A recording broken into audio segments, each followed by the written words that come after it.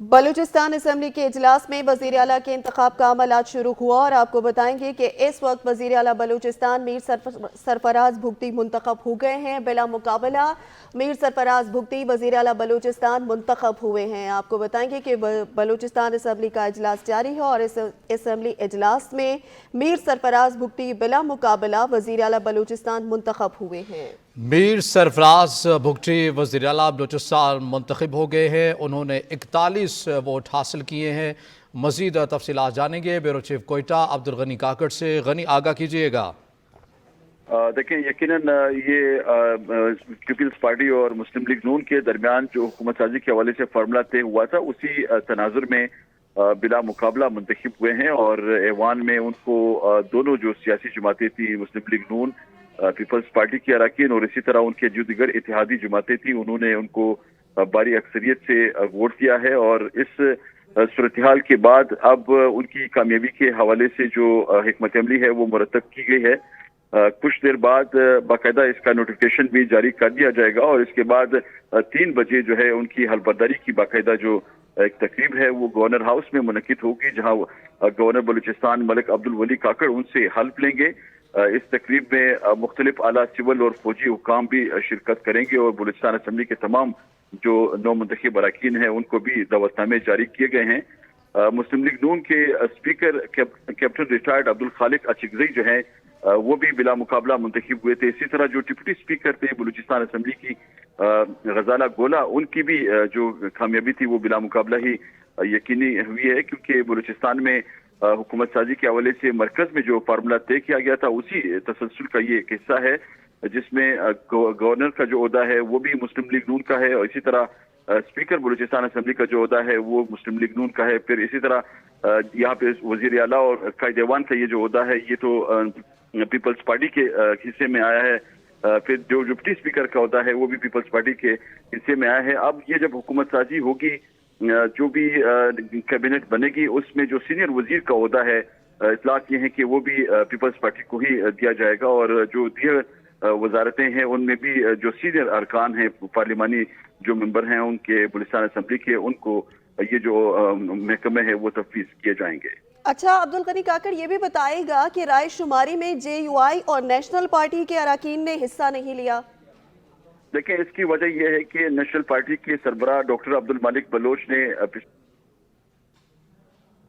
थी जो फॉर्मल तरीके से जब वो जा रही थी तो उस वक्त भी उन्होंने शिरकत करके बाकायदा फिर एहतजाजन वर्कआउट किया था इजलास से, और उनके दीगर अरकान जो थे नेशनल पार्टी के वो भी उसका हिस्सा नहीं बने थे। मखलूत हुकूमत में ये कोशिश जारी है कि जमात उलमा इस्लाम को इसका इत्तेहादी बनाया जा सके, लेकिन जमात उलमा इस्लाम चूंकि मुख्तलिफ तहफ़्फ़ुज़ात रखती है, इसीलिए चूंकि वो इस हुकूमत का हिस्सा नहीं बनेगी और मरकज में भी उनका यही फैसला सामने आया है, इसीलिए उनके जो अरकान थे उन्होंने आज वोटिंग में हिस्सा नहीं लिया और मजमूई तौर पर जो वोट पड़े हैं वो सारे वही वोट हैं जो कि इत्तेहादी जमातों की जानिब से सामने आए हैं। अच्छा, इसके साथ साथ गनी भाई ये जानना चाहूँगा, इससे पहले जो नाम मज़ीद भी वज़ीर आला बलूचिस्तान के हवाले से सामने आ रहे थे, सनाउल्लाह ज़ाहरी का नाम भी कहा जा रहा था कि ज़्यादा अवलिन सफ़ के ऊपर नज़र आया, लेकिन उसके बाद हमने देखा कि मीर सरफराज भुगटी के नाम के ऊपर इत्तेफाक हो गया। ये सिलसिला और ये तमाम प्रोसीजर कैसे हुआ, कैसे इत्तेफाक हुआ तमाम चीज़ों के ऊपर? देखें, ये यकीनन बहुत तवील एक मुशावरत थी और काफ़ी दिनों से ये क्यासाराएँ चल रही थी। कुछ जो ओहदेदार थे पीपल्स पार्टी के वो ये दावा करते हुए दिखाई दे रहे थे कि शायद नवाब सनाउल्लाह ज़हरी को ये जो वज़ीर आला शिप है वो दिया जाए, क्योंकि वो एक सीनियर पार्लियामेंटेरियन और पहले भी बलूचिस्तान के वज़ीर आला रह चुके हैं। इसी तरह फिर सादिक अली इमरानी जो कि मुस्लिम लीग पाकिस्तान पीपल्स पार्टी के साबिक सदर भी हैं और नसीराबाद डिवीजन से ताल्लुक़ रखते हैं, उनके नाम पर भी मरकज़ में भी काफ़ी इत्तेफाक राय सामने आया था, लेकिन उनके नामों को हतमी तौर पर इसलिए मंजूर नहीं किया जा सका। ज़रा ये बता रहे हैं कि जो इत्तेहादी जमातें हैं उन्होंने इस पे कुछ एतराज़ात किए थे। फिर इसके अलावा ज़हूर अहमद बुलेदी जो कि बुकरान डिवीजन से पाकिस्तान पीपल्स पार्टी के रहनुमा है और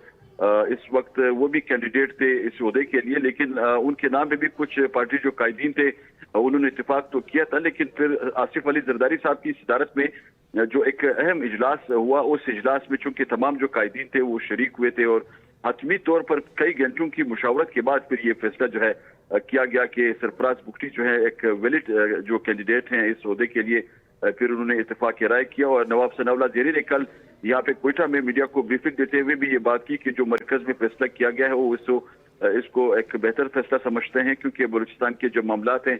मरकज इसको जिस दावे से लेना चाह रही है वो यकीनन संजीदा है। और बलूचिस्तान के देरीना जो मसाइल हैं या सूबे की जो पसमानदगी के हवाले से शिकायत मरकज में भी अक्सर सामने आती रही हैं मुख्तलिफ सियासी जमातों की और बिलखसूस बलूचिस्तान की जो कॉन्फ्रेंस जमातें हैं उनकी जानिब से। तो वो ये उम्मीद रखते हैं कि इन मामलात में इस बार पीपल्स पार्टी मजीद संजीदगी का